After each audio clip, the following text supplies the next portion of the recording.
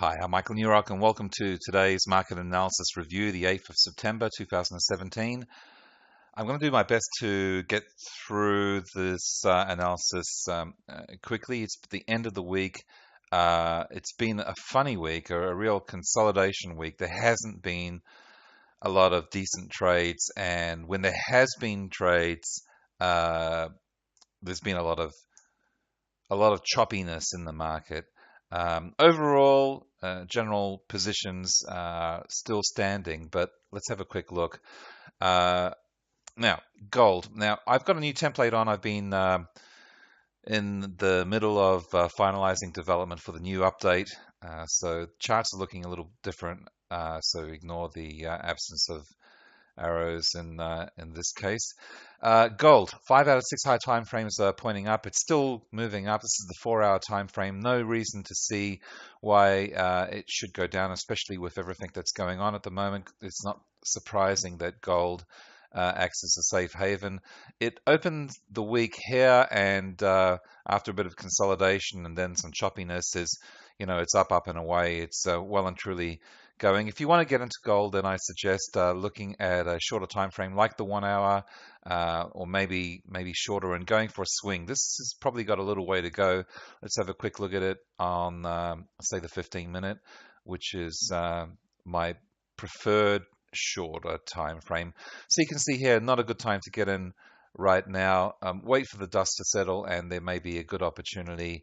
We'll see on the 1 hour here again how there could be an opportunity. So let's say if it comes down to 138.49, 48, and then swings up, there might be an opportunity to go long with a really small risk for a decent reward. And if it breaks above that, then even better. Now remember, with the week that we've had, it's always a risk leaving trades open on the weekend.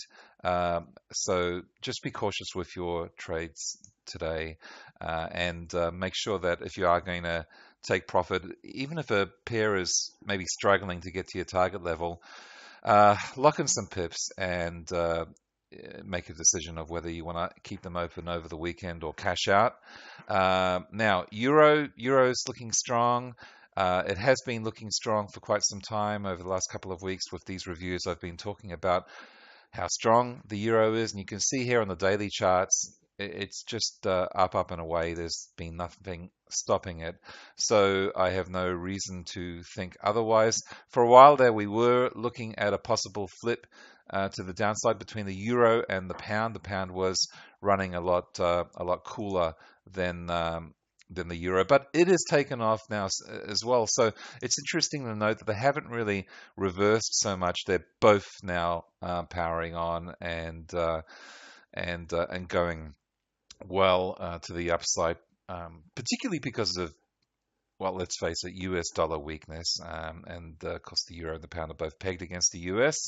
Here you can see a trade that I got into earlier this week. Now, it was actually a fair distance away from the inception of the trend, but I took it anyway on the strength of the high time frames.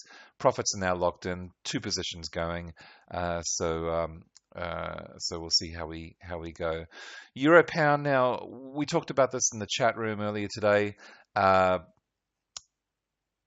It looks like a really good trade, and it was fairly decent. I really wanted to break and close above this level here. It didn't.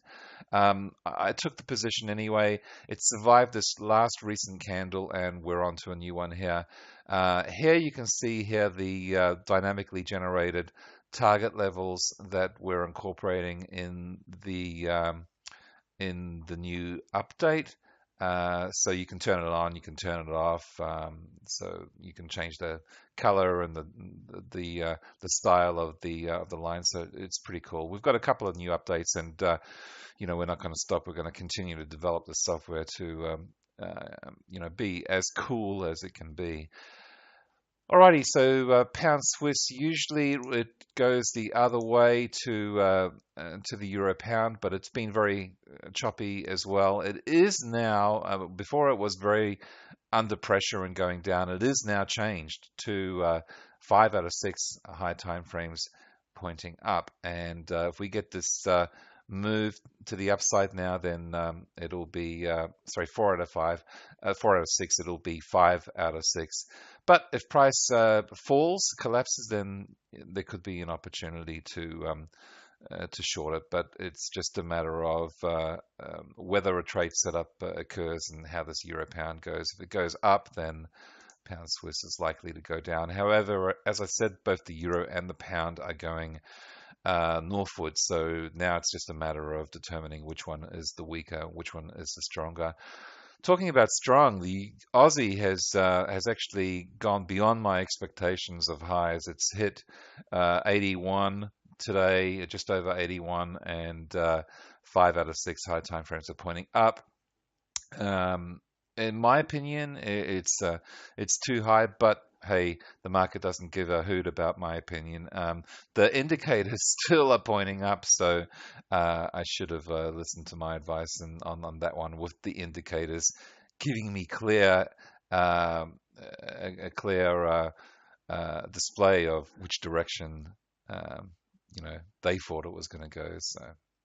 But let's see how it goes. I don't know how long this is going to last, but again, it might surprise me. It looks a little stretched. MACD looks pretty high. I really wouldn't be surprised if there's some correction. There was a bit of a correction earlier on in the week that looked like it was going to head back south, but it swung back upwards and has been going ever since.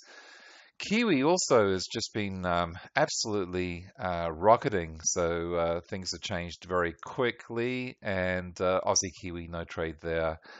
So, as I said at the beginning of this analysis, there's not a lot of trades in the market. Euro Pound, we were discussing in the chat room, as I was mentioning before, as the possible favorite of the day, and that one even almost got knocked out as well, only by a few pips. So it's not over yet. It's still under pressure, but we'll see how it goes. So moving on, dollar CAD has just been a sad story of the weakness in the US dollar. Everything fundamentally is pointing up, apart from the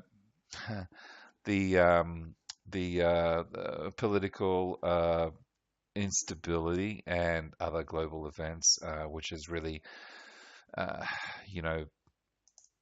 pounded the US dollar. So dollar CAD still going down. At this stage, I've given up on any possible opportunity of going long. But of course, if it changes to a new trend trade in a, say, bi-directional market, then everything could change and we could get a monster rally.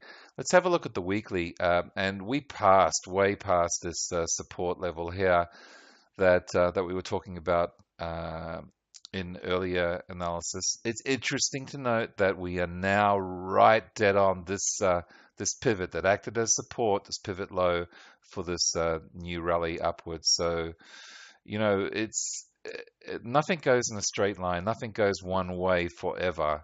So if it corrects a little bit, say on the 4-hour, and then swings down, then short it. According to Trend Profiteer, then it's a good short. But if it continues to move up, then it could have found bottom, and we'll need to reassess early next week how it's going. Dollar Swiss, very similar story here. Again, just come off this recent low, this pivot low. Actually, that's not quite a pivot low, but close enough. You can see here that it went through a little bit, but then popped back up. And so let's have a look at the 1 hour. 5 out of 6 are pointing down. So I'm not going to dispute that, but I'm certainly looking at how things may play out over the coming days. And you can see here the dollar Swiss, very interesting. It broke through these support levels, and it's really down to, there you go. There's the low right there. And you can see how right on the dime, it turned right around, retested it again, So let's see what happens. This is a really pivotal week. If it breaks through um, and closes below this low, then it could be, bye-bye for the dollar Swiss. If it finds support, then we might be able to have a look at another opportunity next week again for a possible rally. But for now, it's all short. Dollar yen, I know some of you have done well with the dollar yen shorting it. That's great. Until recently, I've been bullish on the US dollar overall, but there you go. This week has taken a battering, and you can see here the daily has collapsed on itself. Looking at the weekly, you can see once again all these US dollar currencies are very much at their support level. Take a look at this support, the low here, right there. We're sitting just below it. If it closes below it, then there's a lot more opportunity to the downside. If it retraces on itself, now this is the weekly chart, then we could see that this is potentially the bottom. So be very careful with your trades. Obviously, not a good time to short it now because you could be selling the bottom. If you wanted to get in on it on this trend trade or this swing trade or even this swing trade was beautiful, very risk-free. Well, nothing's risk-free, but what I mean to say is it never went against the position. You could have had less than 5 pips on this trade as a stop loss and been safe. It just, it collapsed on itself by over 100 pips. All right, euro yen. Euro is stronger, a lot stronger than the US dollar. So this euro yen hasn't fallen nowhere near as much as the US dollar. So let's see, but for now, I don't really see any trade. It's bidirectional. Maybe if you want to look at it on a shorter time frame, say on the 1 hour, let's have a look. Well, it's already kind of gone down, and it's a bit messy and low for me. And also with the euro displaying real strength, it makes me nervous about shorting. Pound yen up until a while ago was the weaker of the two between the euro and the pound, and 5 out of 6 are now saying it's looking downward. Well, in the next bar we should have a valid trend trade. So if that occurs, you can see it's just at the start. Stochastic is just about to cross over. MACD is already nicely below, and so a move down will just make that position stronger. And the RSI is already below the 50 line. So all the conditions are pre-met. If we get a nice continuing move down, then this could be a good one, especially if the euro turns out to be the prettiest of the two between the euro and the pound, and doesn't fall as much as the pound, or continues to strengthen while the pound maybe weakens. Kind of goes into line. Let's skip back to this euro pound, although again not doing real fantastic right now, but that's trading. All right, Aussie yen stronger. Kiwi yen, again, I don't see trades right now. Sometimes it's a good day or a good week to trade, and other times it's not. And it's just one of those things that not necessarily a good idea to fight it, because it might be a day or a week of stress and worry, and pick your good days, pick your good weeks when there's more stronger moves in place without as much choppiness. Swiss yen, again, it's going down. 5 out of 6 are pointing down. A new trend trade is about to come in play. So very choppy recently, but we may get a move to the downside, and there's plenty of room. About 50, 60 pips for your stop, and 80, 100 pips for these lows. Obviously, lock in your profits, and again, being the last day of the week, the trading week, you want to be cautious. Euro Aussie, no trade there. I'm more bullish than bearish. So I think I'll wait for another opportunity when things balance themselves out. Maybe a weakness in the or a fatigue in the Aussie just causing a correction, and the Euro pushing up. Any of those combinations, stronger Euro, weaker Aussie, or both, would help the Euro Aussie. But last week or the week before, we did extremely well on these buys, but extremely choppy. So just wait for an opportunity before you get in. Pound Aussie, messy as hell as well. I'm on the sidelines in this one, not a trade that I want to take. Euro Kiwi, well, it's an interesting thing. 4 out of 6 are pointing up, but it has gone through this real roller coaster ride. So again, nothing that I'm really interested in. If we get a crossover to the downside, it's more than likely going to change to at least bidirectional. Just watch the euro, watch for strength in the euro. In this case, if you see weakness in the euro and you see continuing strength or support for the Kiwi, then this one may be a good one to pursue.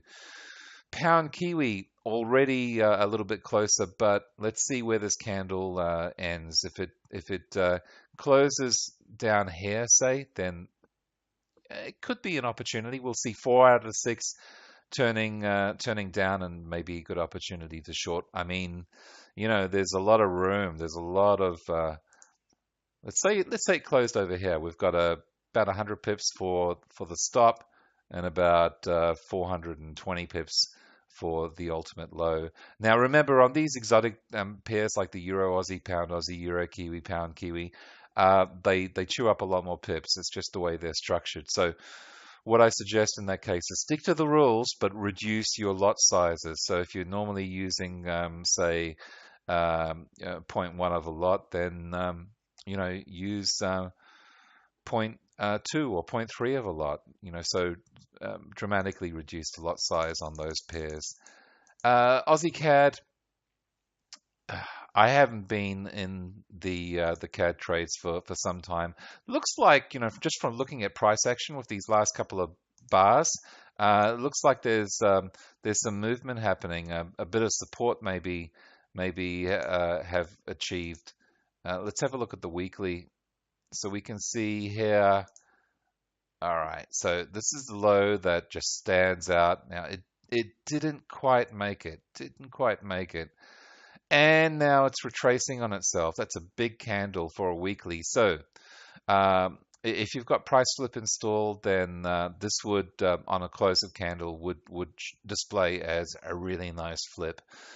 So the fundamentals of it is when you see a really big retracement after a consecutive number of candles in one direction, it's likely that a flip is going to happen. So we shall see how that works out. I don't want you to get confused between different strategies, but it's nice to know a little bit about different strategies. Of course, Trend Profiteer is a trend following system, whereas other people will use a levels based system like macro levels, which is also included as part of the Trend Profiteer membership, or a reverse price system like price flip, which is also included as a bonus. So to me, it looks like support has been achieved on these pairs. So despite it being 4 out of 6, I mean, there's no point taking it unless there's a swing to the downside. If after everything that I've said of a possible reversal, there's a swing to the downside, then it could be a good short. Like if it swings down to, let's say, in the next couple of bars, it swings down to about here, and you've got about a 50, 60 pip stop, and to the recent high, 100 pips. I mean, there is absolutely no reason why the bears won't come out and try to retest that level, because they want to, see this plunge even further. That's just the name of the game. So that pretty much does it for today. Not a lot on the radar. I'll just go back to pound going well, euro pound struggling. I mean, not every pair is easy. It's just a matter of taking the easiest opportunities. But if we get a move to the upside and a swing upwards, then it may give this pair the the the life that it needs to move upward. And there's some good profits to be had as well at a decent risk reward ratio. But everything is speculation, and of course, I don't want you to just follow me. I want you to use your own instincts and analysis, and of course the resources that you have, like the Trend Profiteer system, and make your own judgments. That's why I developed this software to be able to give traders the opportunity to be able to trade with an excellent trading tool, and use their own money to invest and have control over it. So anyway, thanks very much for watching. I bid you all a great day and a wonderful weekend. We'll see you early in the new week, next week. Until next time, good trading, live well, and I'll see you soon.